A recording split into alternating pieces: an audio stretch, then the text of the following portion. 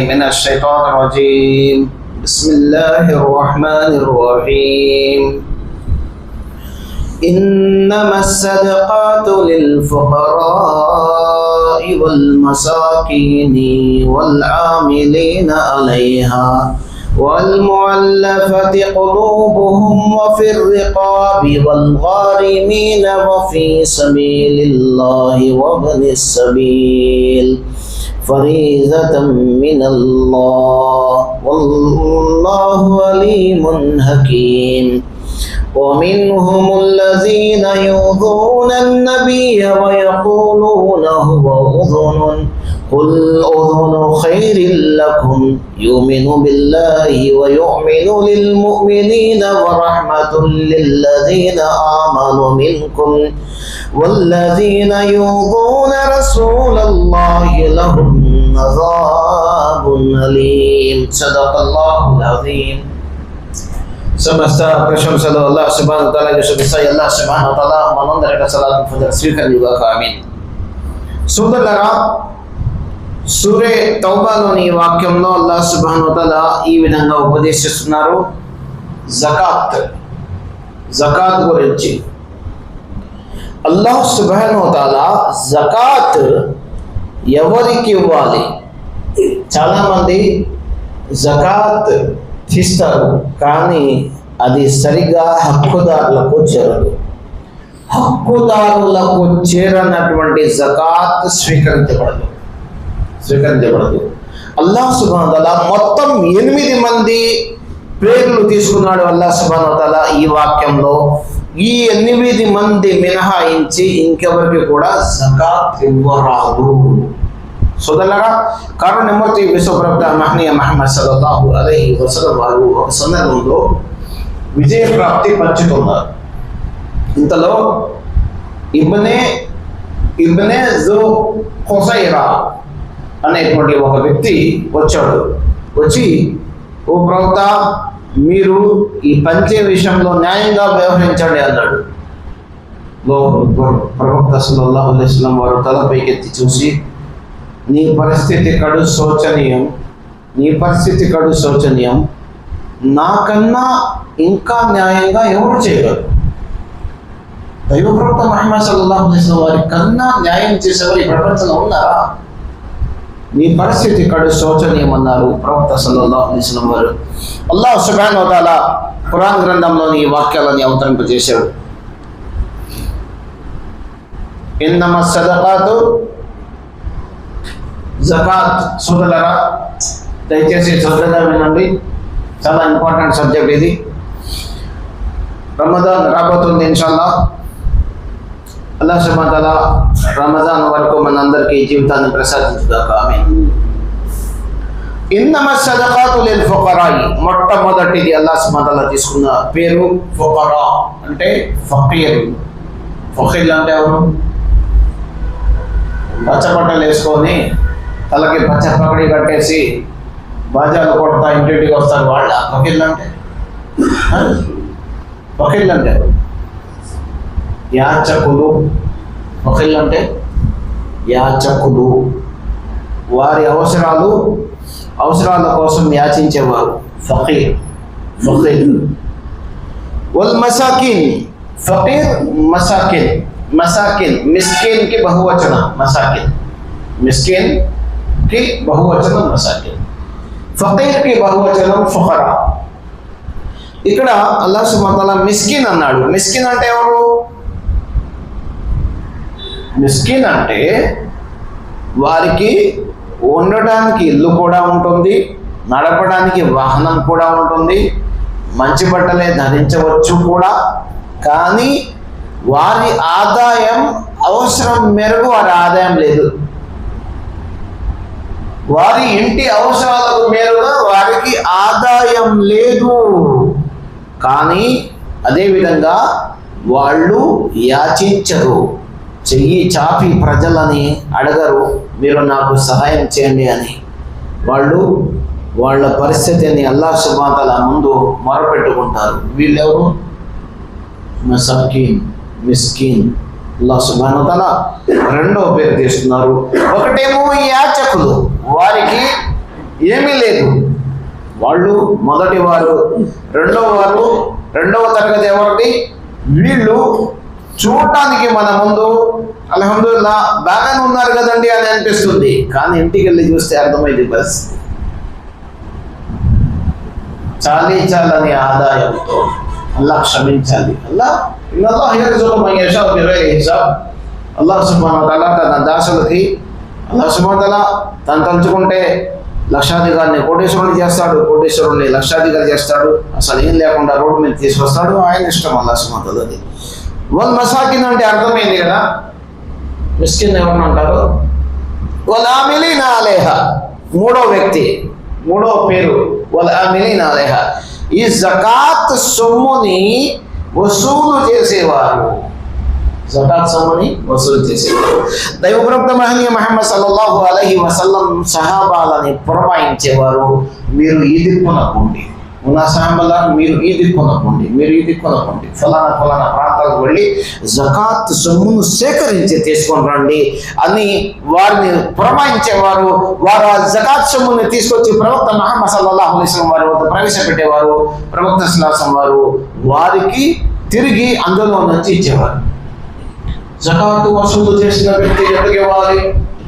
అందుకే ఇప్పుడు మనం చూస్తూ ఉంటాం, సఫీర్లు ప్రయాణికులు వస్తూ ఉంటారు, మన కూడా వచ్చారు కదా దేశాలలో. వీళ్ళు ఏదైతే వస్తున్నారో నిజంగా అల్లాహ్ యొక్క అనుగ్రహం, మన అల్లకుండా అంత దూరం నుంచి వారు వస్తున్నారంటే అల్లాహ్ అనుగ్రహం అది. కానీ అల్లాహ్ క్షమించాలి, అది సరైనదే ఉండాలి. కొన్ని సందర్భాల్లో అసలు అక్కడ మ్యాటర్ ఏం లేకపోయినా కానీ రాష్ట్ర జమియత్తు, జిల్లా జమియత్తు, షరీ జమియత్తు రకరకాలుగా పర్మిషన్లు తీసుకొని మసీదులో ప్రవేశిస్తూ ఉంటారు. అక్కడ అల్లాకే తెలియాలి. అయితే నిర్ధారణ అయితే చేయవచ్చు మనం. అల్హమ్దులిల్లాహ్ ఈరోజు సామాజిక సోషల్ మీడియా ఉంది, మన దగ్గర మీడియా ఉంది, ఎలక్ట్రానిక్ మీడియా ఉంది. అల్లాహ్ వల్ల మన చేతుల్లో ప్రతి ఒక్కరికి ఫోన్ ఉంది. ఈ వచ్చిన వ్యక్తి ఎక్కడి నుంచి వచ్చాడు, ఆ మస్జిద్ యొక్క ముతవల్లి ఎవరు, ఆయనతో డైరెక్ట్గా సంప్రదించవచ్చు. మనం ఏం చెయ్యం. ఇది జకాత్ సొమ్ముని వసూలు చేసే వారికి కూడా జకాత్ నుంచి ఇవ్వవచ్చు. హజరత్ ఉమర్ రలియల్లాహు తఆలా అన్హు ప్రవక్త సల్లల్లాహు అలైహి వసల్లం వారు కొంత మొత్తం ఇస్తే తిరస్కరించారు. ఓ ప్రవక్త, నేను దీనికి అర్హుడిని కాదు కదా అంటే, కాదు ఉమర్, అర్హుడివే. హజరత్ ఉమర్ అర్హులైనప్పుడు మిగతా జకాత్ చేసేవారు అర్హులు కాదా? వసూలు చేసేవారు. కాబట్టి సోదరులారా, మూడవ పేరు అల్లాహ్ సుబ్హానహు వ తఆలా తీసుకున్నటువంటి వల్ ఆమిలీన అలైహా అర్థమైనది ఇన్షాల్లాహ్. తర్వాత వల్ ముఅల్లఫతి ఖులూబుహుం, నాలుగో వ్యక్తి ఎవరు? హృదయాలను ఆకర్షించటానికి. ఎవరి హృదయాలను? ముస్లిమేతరులు ఇస్లాం ధర్మం వైపుకు మరలబోతున్నారు అని తెలిసింది. వారి ఆర్థిక పరిస్థితి గడ్డుగా ఉంది. మనం ఏం చేయాలా? జకాత్ నుంచి వారికి సొమ్ములు తీసి జకాత్ పద్దు నుంచి వారికి ఆర్థిక సహాయం చేయాలా. అదేవిధంగా వల్ ముఅల్లఫతి ఖులూబుహుంలో ఇస్లాం స్వీకరించిన నవ ముస్లింలు కూడా వస్తారు. సహీ ముస్లిం, సహీ బుఖారీలో హదీస్ ఉంది. అదేవిధంగా వాళ్ళు ధనికులైనప్పటికీ కూడా చాలా సందర్భాలు మనం చూస్తూ ఉంటాం. మా దగ్గర ఒక కుర్రాడు అల్హమ్దులిల్లాహ్ ఒక నెల క్రితం నవీన్ అతడి పేరు, అల్హమ్దులిల్లాహ్ ముహమ్మద్గా పేరు మార్చుకున్నారు అల్హమ్దులిల్లాహ్. కానీ కోటీశ్వరుడు తండ్రి. ఇప్పుడు ఆయన ఇస్లాం గురించి తన ఇంట్లో చెప్తే ఇంట్లో తల్లిదండ్రులు కూడా బహిష్కరించే అవకాశం ఉంది. చాలా సందర్భాల్లో చాలా చూసాం అల్హమ్దులిల్లాహ్. అలాంటి వారికి వల్ ముఅల్లఫతి ఖులూబుహుం, వారి హృదయాలను ఆకర్షించడానికి కూడా జకాతును ఇవ్వవచ్చు. వఫిర్ రికాబి, మెడలను విడిపించడానికి. ఐదో వ్యక్తి పేరేంటి? మెడలను విడిపించడానికి. మెడలను విడిపించడం అంటే ఈ రోజుల్లో పాలేర్లు లేరు. పాలేరు వ్యవస్థ గతంలో ఉండేది. గులాం పెట్టి చాకరీ చేసేవాళ్ళు. తండ్రి చేశాక కుమారుడు తర్వాత మనోడు, అదే వారసత్వం అయిపోయింది. ఎప్పుడో తీసుకున్న ఒక 1000 రూపాయల అప్పుకి 3 తరాలు సేవ చేసిన వాళ్ళు ఉన్నారు. ఇంత దుర్మార్గం అంటే మరి అదేవిధంగా ఈరోజు మెడలను విడిపించటానికి ఎవరైతే వాళ్ళ కఫీళ్ళ వద్ద, యజమానుల వద్ద వారు పనిచేసే వారిని విముక్తి కల్పించడానికి కూడా జకాత్ సొమ్ము చెల్లించవచ్చు. అయితే ఇక్కడ ఉలమాయే ముహక్కికీన్లు ఏం చెప్తున్నారంటే, ఇప్పుడు ఆ వ్యవస్థ లేదు కాబట్టి జైలు జీవితం గడిపేటువంటి జీవిత ఖైదీలు ఉన్నారు చూసారా, వారిని కూడా విడిపించవచ్చు, జైలు జీవితం చేసేవారు. అందుకే అల్హమ్దులిల్లా సౌదీ అరేబియాలో అల్హమ్దులిల్లా ప్రతి రమదాన్ మాసంలో ధనికులంతా యావజ్జీవ కారాగార శిక్ష అనుభవిస్తున్నటువంటి మంచి వ్యక్తులని విడిపించడానికి కోట్లాది రూపాయలు వెచ్చిస్తారు. ప్రమాదవశాత్తు యాక్సిడెంట్ చేశాడండి, కావాలని కాదు, మనిషి చనిపోయాడు, ఏం చేయాలి? రక్త పరిహారం ఇవ్వాలి. రక్త పరిహారం ఇచ్చే స్తోమత ఆయన దగ్గర ఉంటే అక్కడ పని చేస్తాడా? పొట్ట పట్టుకొని వెళ్ళాడు జీవనోపాధి కోసం. ఆ లక్షల రూపాయలు, సుమారుగా 70 నుంచి 80 లక్షల రూపాయలు రక్త పరిహారం ఉంటుంది. ఇప్పుడున్నటువంటి కరెన్సీ ప్రకారంగా అది 1 కోటి కూడా వెళ్ళిపోవచ్చు. నేను గతంలో మాట చెప్తున్నా, దశాబ్దం క్రితంది. ఇప్పుడు 1 కోటి రూపాయలు కూడా వెళ్ళిపోయి ఉండవచ్చు. ఆ 1 కోటి రూపాయలు ఆ వ్యక్తి చెల్లించలేక యావజ్జీవ కారాగార శిక్ష అనుభవిస్తున్నటువంటి క్రమంలో అక్కడ అల్హమ్దులిల్లా సంపన్నులు రమజాన్ మాసంలో నేను కళ్ళారా చూశాను. అల్హమ్దులిల్లా సౌదీ అరేబియాలో ధనికులు వాళ్ళ మొత్తాన్ని తీసి జకాత్లోంచి తీసి ఈ ఖైదీలను విడిపిస్తారు. మెడలను విడిపించమంటే ఇది అర్థం సోదరులారా. వల్గారిమీన చూడండి, ఇంటి అవసరాల కోసం అప్పు చేసిన వాడు, భార్య పిల్లల పోషణ నిమిత్తం అప్పు చేసిన వాడు అంటే ఏంటి అర్థం? భార్య పిల్లల అవసరం అని చెప్పేసి లోన్ తీసేసుకొని బిల్డింగ్ కట్టేశాడు, అప్పుల్లో మునిగిపోయాడు. అతడి చేయొచ్చా? లోన్ తీసుకొని 2 వీలర్ కొన్నాడు, తీర్చలేకపోతున్నాడు. కంపెనీ వాళ్ళు వచ్చేసి తీసుకెళ్ళిపోయారు బండి. ఏమండి, నాకు జకాత్ డబ్బుల్లోంచి ఇవ్వండి, నేను విడిపించుకుంటా. ఇవ్వచ్చా? ఎవరు కొనమన్నారండి కొత్త బండి? 15,000 బండి రాదా? బండి నడిపించాలి అంతే కదా, సౌకర్యం. 15-20 మంచి బండి రాదా? కానీ అది కొనడు, డౌన్ పేమెంట్కి వెళ్ళిపోతాడు. కొత్త బండి వచ్చేయాలి మరి ఇంటి ముందుకి. అది ఎలా కడతాం ఏంటి? 3 నెలలు 4 నెలల తర్వాత మళ్ళీ వెళ్ళిపోయింది. సోదరులారా, అది కాదు. వల్గారిమీన అంటే అర్థం ఇంటి అవసరాల కోసం, భార్య పిల్లల పోషణ నిమిత్తం ధర్మసమ్మతంగా చేసినటువంటి అప్పు ఏదైతే ఉందో ఆ రుణగ్రస్తులకు విముక్తి కల్పించాలి. ఆ రుణగ్రస్తుల కోసం మీరు జకాత్ సొమ్ము తీసి మీ తరఫు నుంచి జకాత్ సొమ్ము తీసి ఆ రుణగ్రస్తులకు విముక్తి కల్పించాలి. ఇది ఎవరి ఆదేశం? అల్లాహ్ సుబ్హానహు వ తఆలా యొక్క ఆదేశం. వఫీ సబీలిల్లాహ్, 7వ వ్యక్తి వఫీ సబీలిల్లాహ్, అల్లాహ్ మార్గంలో పోరాటం చేసే సాయుధుల కోసం జకాత్ సొమ్ము చెల్లించవచ్చు. అల్లాహ్ మార్గంలో పోరాటం చేసే సాయుధుల కోసం, సైనిక అవసరాల కోసం, రక్షణ సామాగ్రి కోసం, ఆయుధాల కోసం జకాత్ సొమ్ముని వినియోగించవచ్చు. వఫీ సబీలిల్లాహి తర్వాత వబ్ని సబీల్. అల్లాహు అక్బర్. 8వ వ్యక్తి యొక్క పేరు అల్లాహ్ సుబ్హానహు వ తఆలా తీసుకున్నారు. వబ్ని సబీల్. అల్లాహ్ సుబ్హానహు వ తఆలా 8వ వ్యక్తి యొక్క పేరు తీసుకున్నారు. ఇతడు ప్రయాణికుడు. చూడండి, ప్రయాణం ఎలా ఉంటుందంటే, అల్లాహు అక్బర్, మనిషి నిజంగా కోటీశ్వరుడు, ధనికుడు అవుతాడు, అల్హమ్దులిల్లా. కానీ ప్రయాణంలో జేబులో పర్సు కొట్టేశారండి. ఎంతో సంపన్నుడు, జేబులో పర్సు కొట్టేశారు, ఫోన్ కొట్టేశారు. ఏంటి పరిస్థితి తెలుసా? నేను ధనికుడిని, మా ఊళ్ళో నాకు చాలా ఉంది అంటే హోటల్లో పెడతారా? టికెట్ మినహాయింపు ఉంటుందా? లేదు.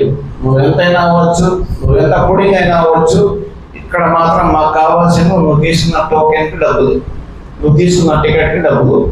ఈ ప్రయాణికుల అవసరాల కోసం కూడా జకాత్ సొమ్ముని వినియోగించవచ్చు.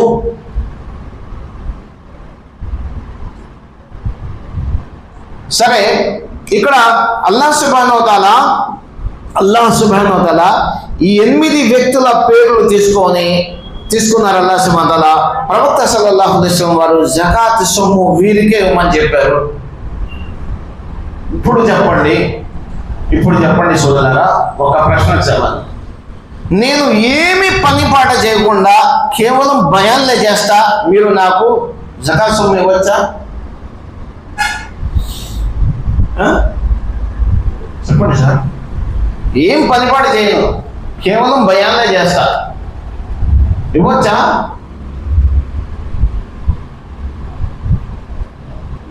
లేదు.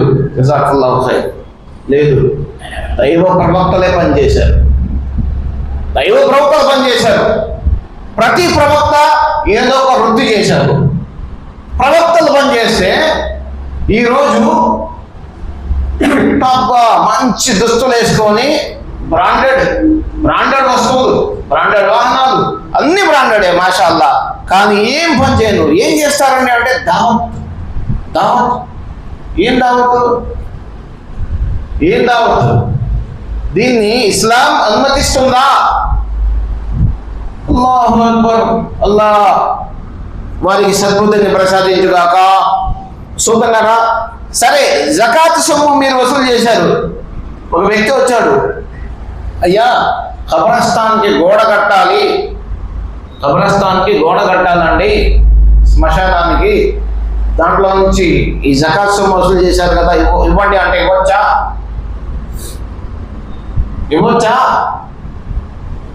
లేదు. ఇక్కడ 8 మంది గురించి అల్లాహ్ సుబ్హానహు వ తఆలా తీసుకున్న పేర్లు తప్ప